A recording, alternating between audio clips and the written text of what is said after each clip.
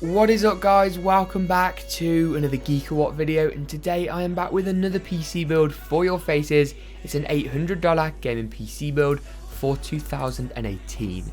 This epic build is going to smash the latest AAA titles at 1080p, 60 frames per second, high and ultra settings. Whether we're talking Wolfenstein 2 The New Order, Need for Speed Payback, Forza Horizon 3, Overwatch and GTA 5, it's going to be great in all of those games. Head down to the slightly older titles such as World of Warcraft, League of Legends, Minecraft and CSGO. You're seeing 1440p, medium and high settings up to 100 frames per second. I'll leave all the parts mentioned in today's video in the description below if you would like to buy them or pick them up or learn more about them. But now let's jump into the parts I chose and why. For the CPU, this was an easy choice personally. I selected AMD's Ryzen 5 1400 CPU. This quad-core CPU actually has 8 threads, so AMD's version of hyper-threading, and has a base clock of 3.2 with a boost clock of 3.4 GHz. Not only is this going to give you some really good multi-threaded performance, which makes it great for the latest games which utilise more than 1 or 2 cores, it also has some decent single-threaded performance figures, and includes AMD's fantastic stock cooler, which will give you some overclocking leverage if you so desire. For the motherboard in this build, I selected ASUS's Prime B350M-E. It's a Micro ATX AM4 motherboard with that AM4 socket on board that we need, and I've used it in a few builds now. I'll link all of my 2018 PC builds in a playlist in the card section now. This motherboard is really nice. It's got a really cool black and red design which fits perfectly, like literally to a T with this build today. It's also got USB 3 and 3.1 on it as well for super fast transfer speeds, PCI-E 3 for our graphics card, an M.2 slot for future fast storage, and 2 RAM DIMM slots which will give you some room for upgradability. Talking of memory, talking of RAM, I selected a single 8GB DIMM of Corsair's Vengeance LPX. Now, I actually did a video recently about why, at the first half of 2018 at least, is a pretty expensive time to build a gaming PC. You can find that linked in the cards too now, and RAM is one of those reasons. RAM pricing has been pretty ridiculous recently, and seems pretty much here to stay.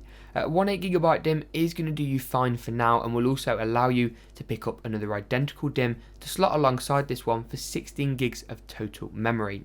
This DDR4 kit is super reliable, and I've used loads of Corsair's Vengeance LPX for years and years now, since like 2015, and never had a single problem.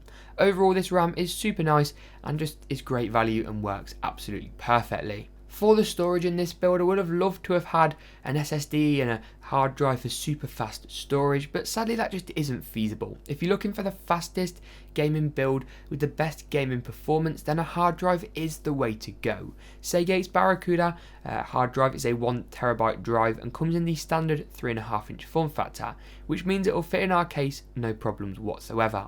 The 7200 RPM speed is not as fast as SSDs by any stretch of the imagination, although it is as fast as your mainstream consumer hard drives tend to get.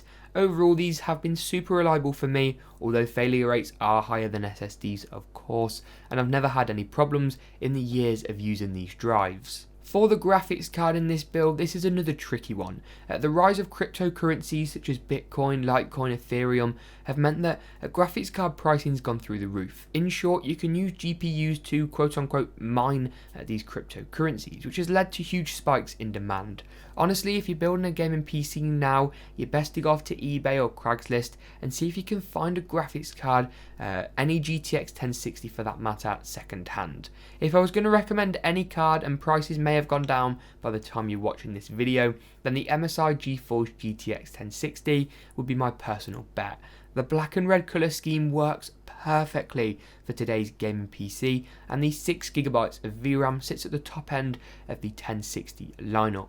It's also got MSI's Gaming X cooler as well, which will keep your GPU nice and cool and comes factory overclocked, which is a win-win. Overall, it looks fantastic and performs equally as good. The penultimate part in today's list is of course the case. Cooler Master's Masterbox Lite 3.1 has blown me away, honestly.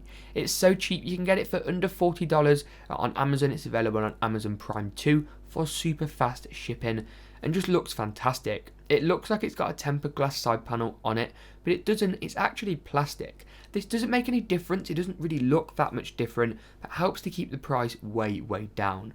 Not only that, you can also change the red coloured accents for white or black to best suit your build aesthetic, and it's just overall a really nice chassis. If I was going to recommend one addition, it would be another fan at the front of the case to give some slightly better airflow, and an LED strip such as the one I've included here and will link in the description below is a nice addition and make things look super cool.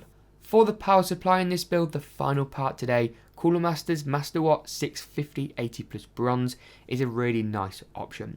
You personally want to go for something with a bit more wattage than 430 or 450 watts with a build of this caliber, and it will give you some headroom for future proofing as well. Not only that, this unit is semi-modular, which means you only plug in the cables that you need, which helps to reduce cable clutter, and is partially fanless, so will stay really quiet when not under significant numbers of load. Its 80 plus bronze certification also means it's super efficient and isn't going to waste too much of the energy from your wall in terms of heat or noise, and has black cables which make your build look way more better than you could ever imagine.